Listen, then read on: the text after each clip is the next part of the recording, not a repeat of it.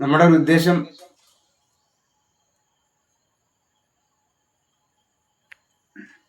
Recording ഉണ്ടോ sir? Recording ഉണ്ട്. അതാണ് കറക്റ്റ് ചെയ്ത്. അല്ലെങ്കിൽ നമ്മളെ പ്രധാനപ്പെട്ട ഒരു ലക്ഷ്യം എന്ന് പറയുന്നത് ഈ കോഴ്സിന്റെ ആവശ്യകത ശരിക്കും ഇന്ന് നമ്മുടെ മുന്നോട്ട് നമുക്ക് ജീവിച്ചു പോകുന്നതിന് വേണ്ടി നമ്മളുടെ ഒരു ഫാഷനുമായി ബന്ധപ്പെട്ട് അല്ലെങ്കിൽ നമ്മൾ ഇപ്പോൾ നിത്യവും കണ്ടിന്യൂ ചെയ്യുന്ന ഏത് തൊഴിലാണോ അതുമായി ബന്ധപ്പെട്ടുള്ള നോളജുകൾ മതിയാവും. പക്ഷെ എന്തിനാണ് ഇങ്ങനൊരു കോഴ്സ്? ഇവിടെ നമ്മുടെ ഈ ഗ്രൂപ്പിനകത്തെന്ന് പറയുന്നത് ആത്മീയപരമായി വിശ്വസിക്കുന്നവരുണ്ട്, ഭൗതികതയെ വിശ്വസിക്കുന്നവരുണ്ട്,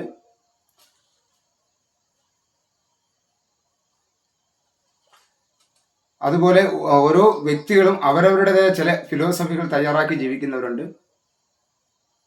അങ്ങനെ വ്യത്യസ്തമായിട്ടുള്ള ഒരു കാഴ്ചപ്പാടിലൂടെ പോകുന്ന അല്ലെങ്കിൽ സഞ്ചരിക്കുന്ന ജനങ്ങളാണ് ഈ ഗ്രൂപ്പിലുള്ളതെന്ന് ഞാൻ വിശ്വസിക്കുന്നു. കാരണം ഞാൻ എൻ്റെ വീഡിയോസുകളിൽ ആത്മീയപരമായും സംസാരിച്ചിട്ടുണ്ട്, ഭൗതികപരമായും സംസാരിച്ചിട്ടുണ്ട്.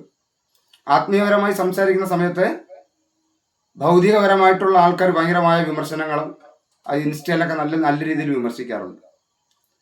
അത് കഴിഞ്ഞ് എൻ്റെ ആ വീഡിയോയിൽ തന്നെ അടുത്ത ഭാഗത്ത് ഭൗതികപരമായ കാര്യങ്ങൾക്ക് പ്രാധാന്യം കൊടുത്തുകൊണ്ട് പറയുമ്പോൾ ആത്മീയവാദികൾ വന്നിട്ട് വളരെ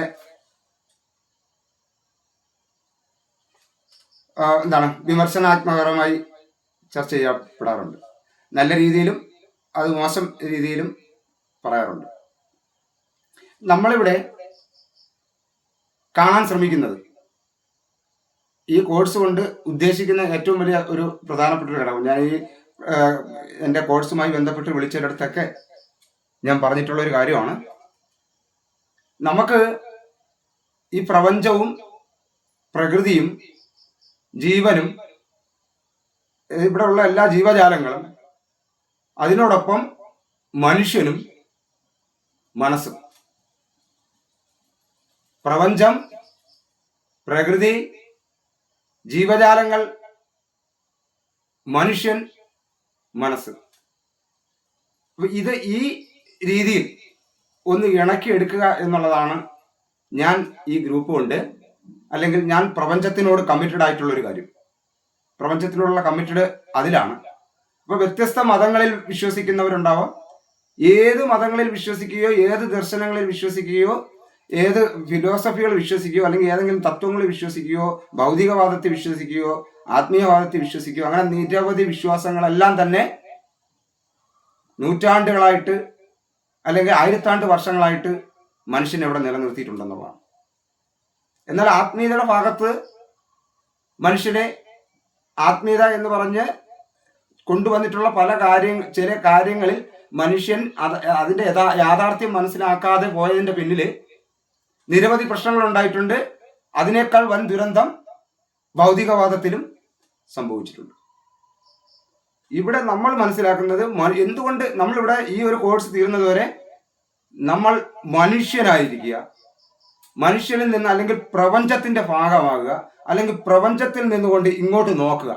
ഇവിടെ ഒത്തിരി ജീവികൾ ഉള്ളതിൽ മനുഷ്യൻ എന്താണ് വ്യത്യസ്തത, അതിലേക്ക് നമ്മൾ നോക്കുകയും നമ്മളത് പഠിക്കുകയും അതിനോടൊപ്പം നമ്മൾ ഈ 4 ചന്ദ്രവട്ടക്കാലം കഴിഞ്ഞു പോകുമ്പോൾ തീർച്ചയായിട്ടും നമ്മളുടെ ജീവിതത്തിൽ നമുക്ക് നോക്കിക്കാണാനുള്ള അല്ലെങ്കിൽ നമ്മളുടെ ഫിസിക്കലി അല്ലെങ്കിൽ പ്രൊഫഷണലി ഈ കാലഘട്ടത്തിൽ നമ്മുടെ ജീവിതത്തിൽ ഉപയോഗപ്രദമായ രീതിയിലേക്ക് നമുക്ക് ഈ 4 മാസം കൊണ്ട് എങ്ങനെ നമുക്കിത് ഉപയോഗപ്പെടുത്തിയെടുക്കാം എന്നുള്ളതാണ്. എൻ്റെ നിരവധി പല ദർശനങ്ങളായിട്ട് ഞാൻ കണ്ടുവന്നിട്ടുള്ള പല കാര്യങ്ങൾ ഞാനിവിടെ പറയുന്നുണ്ട്. അതെല്ലാം തന്നെ പൂർണ്ണമായിട്ടും ശരിയാണ് എന്ന് ഞാൻ പറയുന്നില്ല. ഈ ഗ്രൂപ്പ് നമ്മൾ മുന്നോട്ട് പോകുമ്പോൾ ഈ 2 വാക്ക് വളരെ പ്രധാനപ്പെട്ടാണ്. ഈ ക്ലാസ് തീരുന്നത് വരെ, ഈ കോഴ്സ് തീരുന്നത് വരെ നിങ്ങൾ എന്നോട് കടപ്പെട്ടിരിക്കേണ്ട 2 കാര്യങ്ങൾ. അതിലൊരു കാര്യം, പ്രധാനപ്പെട്ട ഒരു കാര്യം എന്ന് പറഞ്ഞാൽ, നമ്മൾ തുടങ്ങി പരാജയപ്പെട്ടു പോയിട്ടുള്ളതോ നമ്മൾ വിചാരിച്ച അത്രമാത്രം അത് വിജയിപ്പിക്കാൻ പറ്റാത്തതിലോ നമുക്കുണ്ടായിട്ടുള്ള നഷ്ടങ്ങൾ ഇത്തരം കാര്യങ്ങളിൽ തീർച്ചയായിട്ടും അതിൻ്റെ റെസ്പോൺസിബിലിറ്റി നമ്മൾ ഏറ്റെടുക്കാൻ തയ്യാറാവും. ഇത് ഇന്നലെ വരെ നമ്മൾ എങ്ങനെ ചെയ്യുന്നുള്ളതല്ല, ഇനി നമ്മൾ മുന്നോട്ട് പോകുമ്പോൾ നമ്മളിൽ ഉണ്ടാകുന്ന ഒരു പരാജയത്തിൻ്റെയോ അല്ലെങ്കിൽ നമ്മൾ വിചാരിച്ച അത്രത്തോളം അച്ചീവ് ആകാൻ പറ്റിയില്ലെങ്കിൽ അതിൻ്റെ റെസ്പോൺസിബിലിറ്റി നമ്മൾ ഏറ്റെടുക്കണം. അതിൻ്റെ പരാജയത്തിൻ്റെ കാരണം നമ്മളാണെന്ന് ഏറ്റെടുക്കണം. അങ്ങനെ ഏറ്റെടുക്കുമെങ്കിൽ മാത്രമേ നമ്മളുടെ ഈ കോഴ്സ് മുന്നോട്ട് 100% നമുക്കിത് ഉപയോഗപ്രദമാകൂ. അതേസമയം അത് വിധിയുടെ മണ്ടയിലോ അല്ലെങ്കിൽ മറ്റാരെങ്കിലും കാരണത്താലോ ഞാനൊരു സംരംഭം തുടങ്ങിയപ്പോൾ അതിൻ്റെ ഓപ്പോസിറ്റ് മറ്റൊരാൾ തുടങ്ങിയത് കൊണ്ടാണ് എനിക്ക് പരാജയം പറ്റിയതെന്നോ എന്ന് ചിന്തിക്കപ്പെടരുത്. കാരണം ഇത് യാഥാർത്ഥ്യപൂർണമായിട്ടുള്ള, ഞാൻ എപ്പോഴും പറയുന്നു, 99.9% നമ്മളെ പഞ്ചേന്ദ്രിയങ്ങളാൽ നമ്മുടെ ലോജിക് ചിന്തകളാൽ മനസ്സിലാക്കാൻ പറ്റുന്ന വിഷയങ്ങളല്ലാതെ അമാനുഷികതയോ സിക്സ്ത് സെൻസോ ഒരു കാര്യവും അല്ല ഇവിടെ പറയുന്നത്. അങ്ങനെ പറയാൻ എളുപ്പമാണ്. ഭാവന നമ്മളെ നമ്മളെ ബ്രെയിനിന്റെ റൈറ്റ് സൈഡായിട്ട് ബന്ധപ്പെട്ടിരിക്കുകയാണ്, റൈറ്റ് സൈഡുമായിട്ട് ബന്ധപ്പെട്ടിരിക്കുകയാണ്. അല്ലെങ്കിൽ അവിടെ നമ്മൾ ഭാവനയ്ക്ക് എന്തുണ്ട്? സ്ഥലകാലങ്ങളില്ല. നമ്മുടെ സങ്കല്പങ്ങൾക്ക് സ്ഥലകാലങ്ങളില്ല. ഇന്ന് നമ്മളൊരു കാര്യം പ്ലാൻ ചെയ്താൽ, അതായത് ഇന്ന് നമുക്ക് ഒരു കരിക്കും വെള്ളം കുടിക്കണമെന്നുണ്ടെങ്കിൽ ഒരു ഒരു തെങ്ങിൻ തൈ നമ്മളെ സ്വപ്നം കാടാണ്, ഫാമിലി കാടാണ്. അപ്പൊ അത് കണ്ടിട്ട് അത് നമ്മൾ എന്ത് ചെയ്യുന്നു? ഒരു മണ്ണിൽ നട്ട് ആ സമയത്ത് തന്നെ അത് വളർന്നു, അതിന്ന് ആ നിമിഷം തന്നെ കരിക്കും വെള്ളം നമ്മൾ കുടിക്കും. കാരണം വളരെ ഫാസ്റ്റാണ്. പക്ഷേ ഇവിടെ ലെഫ്റ്റ് സൈഡ് ബ്രെയിൻ, നമ്മൾ ബ്രെയിൻ അടക്കമുള്ള എല്ലാ കാര്യങ്ങളും ഇതിനകത്ത് പഠിക്കും, വിലയിരുത്തണം. അതിനു വേണ്ടിയാണ് ലെഫ്റ്റ് സൈഡ് ബ്രെയിൻ എന്ന് പറയുന്നത്. ആ ആളിന് കാലമുണ്ട്, കാലബോധമുണ്ട്, കാലമാണ് സമയം, സ്ഥലബോധമുണ്ട്. ഈ ലോജിക്ക് ഈ ഭാവനയുമായി ബന്ധപ്പെട്ടല്ല നിൽക്കുന്ന. അപ്പൊ ഇവിടെ നമുക്ക് ഈ പറയുന്ന 120 ദിവസം കൊണ്ട് നമുക്ക് എങ്ങനെയാണ് നമുക്കിതിൽ മുന്നോട്ട് പോകാം എന്നുള്ളതാണ് ഇതിൻ്റെ അകത്ത്. അപ്പോൾ തീർച്ചയായിട്ടും നമ്മുടെ ലോജിക്കലി കാര്യങ്ങളെല്ലാം തന്നെ വർക്ക് ചെയ്യുന്നതാണ്. ആ രീതിയിലാണ് നമുക്ക് ചിന്തിക്കാനും കണക്ക് കൂട്ടാനും. പല തീരുമാനങ്ങളും നമ്മൾ എടുക്കുന്നു. പല തീരുമാനങ്ങളും നമ്മൾ ചിലപ്പോൾ രാത്രി ഒരു തീരുമാനം എടുക്കണം, ഒരു സ്വപ്നം കാണണം, അല്ലെങ്കിൽ ഒരു പ്ലാൻ ചെയ്യണം. പ്ലാൻ ചെയ്യുമ്പോഴത്തേക്ക് എന്ത് ചെയ്യണം? റൈറ്റ് സൈഡിനെ കൂടുതൽ ഫാസ്റ്റായിട്ട് വിടരുത്. കാരണം ഫാസ്റ്റായിട്ട് പോവും. നമ്മളുടെ ഭാവന വളരെ ഫാസ്റ്റായിട്ട് പോവും.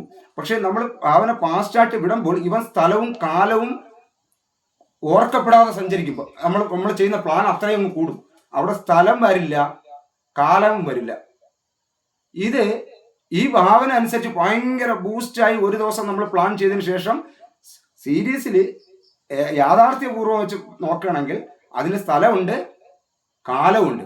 അപ്പൊ ഈ ഇടത് തലച്ചോറ് കൺഫ്യൂഷൻ ആവും. ഇതെങ്ങനെ എത്ര പെട്ടെന്ന് ഇത് നടക്കും? കാരണം ഇവൻ ഒരു സുപ്രഭാതം കൊണ്ട് എന്ത് ചെയ്തു? ഇവൻ വളരെ വലിയ ഒരു 15 വർഷം 20 വർഷത്തെ പ്ലാൻ ഇവൻ പെട്ടെന്ന് സെറ്റ് ചെയ്തു. എന്നിട്ട് നമ്മളും ആ പ്ലാൻ ചെയ്ത ആ മൂഡിലാണ് എന്ത് ചെയ്യുന്നത്? ആ സന്തോഷത്തിലാണ് നമ്മൾ നേരം വിളിക്കുമ്പോൾ നടക്കുക. അത് 2 ദിവസം 3 ദിവസം ആകുമ്പോഴത്തേക്ക് നമ്മൾ പ്ലാൻ ചെയ്ത ആ ഭാവനയ്ക്കൊത്ത രീതിയിലേക്ക് കാര്യങ്ങൾ നടക്കാതെ വരുമ്പോൾ നമ്മൾ അവിടെ പകുതി വഴിയിൽ കളഞ്ഞിട്ട് പോകും. ഞാൻ പറയുന്നത് കണക്ട് ആവുന്നുണ്ടോ? ഞാൻ തുടക്കമേ ഞാൻ കുറച്ചൊന്ന് കേട്ടോ, എൻ്റെ ഒരു ശൈലിയും കൂടെയാണ് കേട്ടോ. കുഴപ്പമില്ലല്ലോ, കേൾക്കുന്നുണ്ടല്ലോ?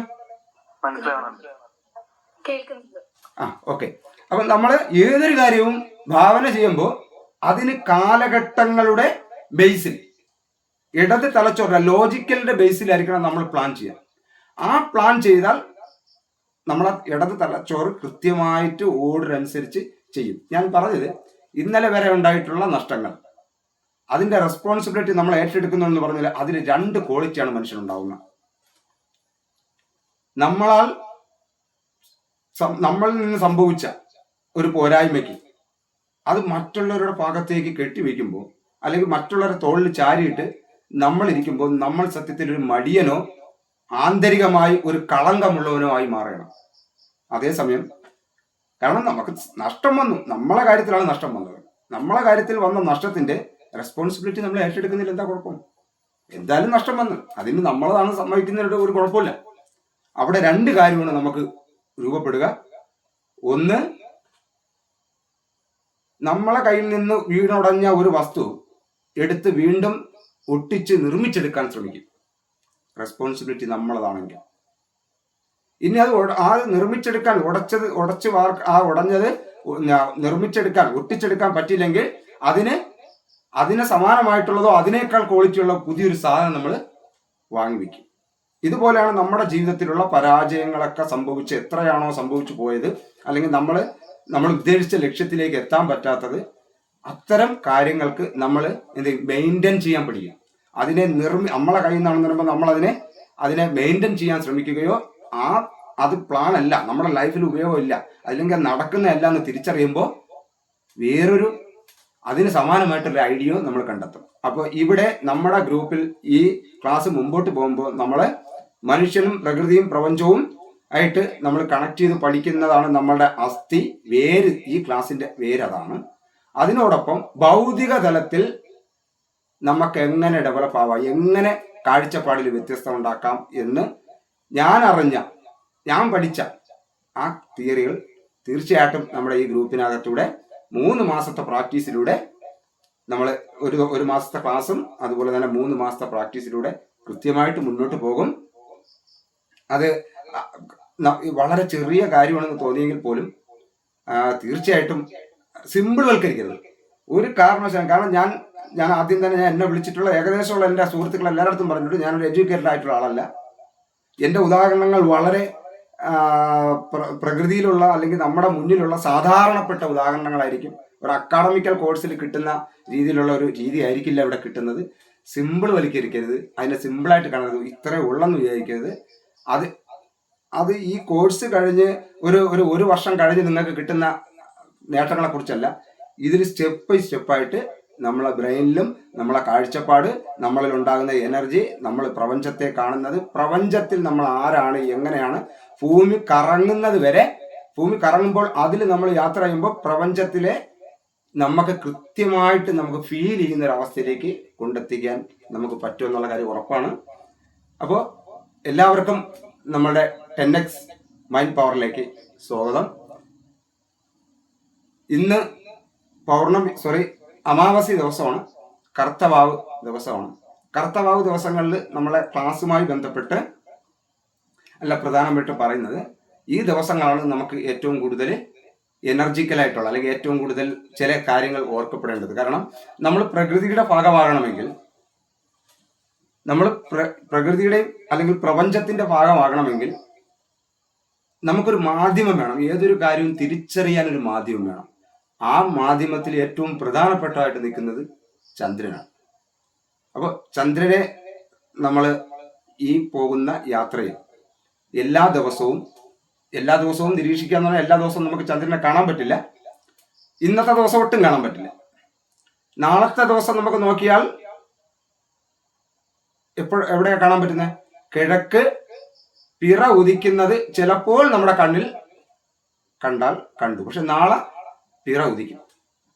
ഓക്കെ, അപ്പൊ ഞാനത് കൃത്യമായിട്ടും ഓരോ ദിവസവും ഇങ്ങനെ അതിന്റെ റൂട്ടിനനുസരിച്ച് നിങ്ങളെ രാത്രി നിരീക്ഷിക്കേണ്ടതായിട്ടുണ്ട്. ഞാനിത് കോമൺ ആയിട്ട് ഈ കോഴ്സിനെ കുറിച്ച് പുസ്തകത്തിൽ പറയുമ്പോൾ ഞാനിതിവിടെ ഇത് പറഞ്ഞു പോവുകയാണ്. ഇപ്പോൾ മനസ്സിലായില്ലെങ്കിലും ഗ്രൂപ്പിനകത്ത് ഞാൻ കൃത്യമായിട്ടും നമ്മൾ എന്താണ് ചെയ്യേണ്ടതെന്ന് ഇടും. ഇപ്പൊ ഒന്ന് ലോജിക്കലി ചിന്തിക്കാനുള്ളൊരു കാര്യമാണ്.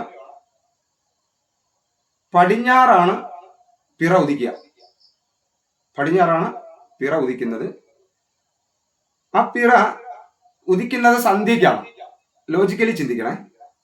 അപ്പൊ സൂര്യൻ അസ്തമിക്കുന്നത് പടിഞ്ഞാറാണ്. സൂര്യൻ അസ്തമിച്ചതിന് ശേഷം സൂര്യൻ അടുത്തായിട്ടാണ് പിറ കാണുന്നത്. സന്ധ്യയ്ക്ക് പടിഞ്ഞാറ് കാണുന്നു, സൂര്യൻ അടുത്തായി കാണുന്നു. എന്നാൽ 14 ദിവസം കഴിയുമ്പോൾ, ഓരോ ദിവസം നിരീക്ഷിച്ച് 14 ദിവസം കഴിയുമ്പോൾ ഇതേ ചന്ദ്രനെ പൂർണ്ണവട്ടത്തിൽ കിഴക്ക് കാണുന്നു. ഏത് സമയത്താ? ഇവിടെ സൂര്യൻ അസ്തമിക്കുമ്പോൾ, പടിഞ്ഞാറ് സൂര്യൻ അസ്തമിക്കുമ്പോൾ കിഴക്ക് ഈ ചന്ദ്രനെ കാണുന്നത്. ഈ 14 ദിവസം കൊണ്ട് എങ്ങനെയാണ് ഇദ്ദേഹം അവിടെ എത്തിയത്? എന്താണ് ഇതിന്റെ സെയിം ടൈം, അതേ സമയം? അങ്ങനെയാണ് ഇത് തമ്മിലുള്ള ഡിസ്റ്റൻസ്. ഇതിങ്ങനെ മനസ്സിലാക്കുമ്പോൾ ഇത് എവിടെയാണ് നടക്കുന്നത്? നമ്മൾ നിൽക്കുന്ന ഭൂമിയിലാണ്. ഭൂമിക്കകത്ത് നിന്നുകൊണ്ടാണ് എനിക്ക് ഭൂമി എന്നുള്ള എൻ്റെ ഭയങ്കര കമൻറ്റാണ് കേട്ടോ. എനിക്ക് ഭൂമി എന്ന് എങ്ങനെ പറഞ്ഞാലും വരുള്ളൂ. ഫേസ്ബുക്കിൽ ഇൻസ്റ്റയിലൊക്കെ ഭയങ്കരമായിട്ട് പറഞ്ഞിട്ടുണ്ട്. എനിക്ക് അതേ വരും, ഞാൻ എങ്ങനെ ശ്രമിച്ചാലും വരും കേട്ടോ. അപ്പം ഭൂമിയിൽ നമ്മളുടെ തലയ്ക്കും മീതെ നടക്കുന്നൊരു പ്രോസസ്സാണ്.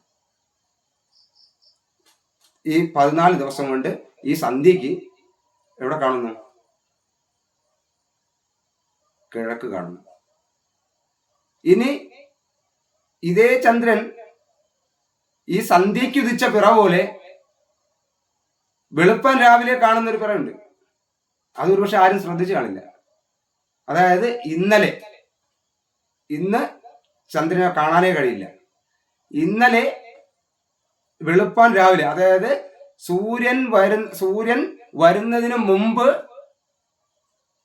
ചന്ദ്രൻ പിറ ഉദിച്ചിരിക്കും. അത് നമ്മളെ വെളുപ്പാൻ രാവിലെ, അതായത് 6 മണിക്കാണ് സൂര്യൻ ഉദിക്കുന്നതെങ്കിൽ ഒരു 5 മണി അടുപ്പിച്ച് നമുക്ക് കാണാൻ പറ്റും കറക്റ്റ് ഈ പിറ പോലെ തന്നെ. എപ്പോഴാണ്? വെളുപ്പാൻ രാവിലെയാണ്. ഇതൊക്കെ എങ്ങനെയാ സംഭവിക്കുന്നത്? ഇത് ഇങ്ങനെ നമ്മളെ തലച്ചോറ് ലോജിക്ക് വരുമ്പോഴത്തേക്ക് നമ്മൾ ഈ ഭൂമിയിൽ നിന്ന് ചലിച്ചു തുടങ്ങും. നമുക്കത് നമുക്ക് അറിയാൻ പറ്റും. ഇതൊന്നും നമ്മളെ പഞ്ചേന്ദ്രിയങ്ങളാൽ മനസ്സിലാക്കാൻ പറ്റുന്ന കാര്യങ്ങൾ തന്നെയാണ്. അപ്പൊ ഇതിനെക്കുറിച്ച് ചന്ദ്രൻ എന്തുകൊണ്ട് നമുക്ക് പ്രപഞ്ചത്തിന്റെ ഭാഗമായിട്ട് നമുക്ക് ചിന്തിക്കപ്പെടണമെങ്കിൽ ആദ്യം നമുക്ക് ചന്ദ്രനെ ഫോളോ അപ്പ് ചെയ്യണം.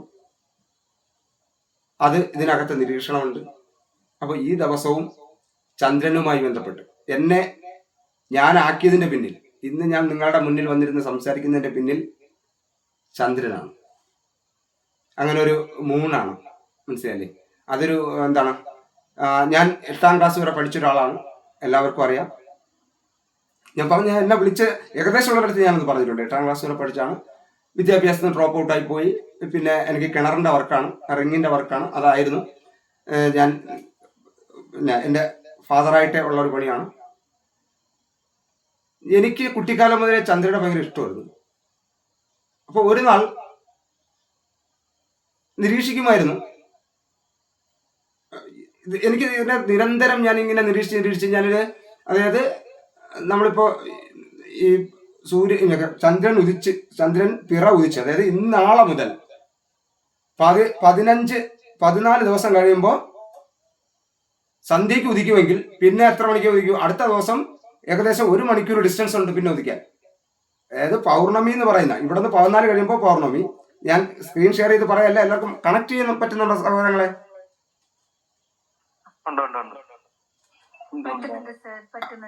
ഓക്കെ കേട്ടാ. ഷെയർ ചെയ്ത് പറയുന്നതിനേക്കാൾ സ്ക്രീൻ ഷെയർ ചെയ്ത് വരച്ച് പറഞ്ഞേക്കാൾ നല്ല. അത് നമുക്ക് ക്ലാസ്സിൽ നോട്ട് ഞാൻ തരും, നോട്ടല്ല ഇതിന്റെ ഇത് വിശദീകരിച്ചുള്ള തരും. അപ്പം നമുക്ക് നാളെ മുതൽ ചന്ദ്രനെ പിറ കണ്ടു തുടങ്ങും. അപ്പൊ ഓരോ ദിവസവും അതിന്റെ കലകൾ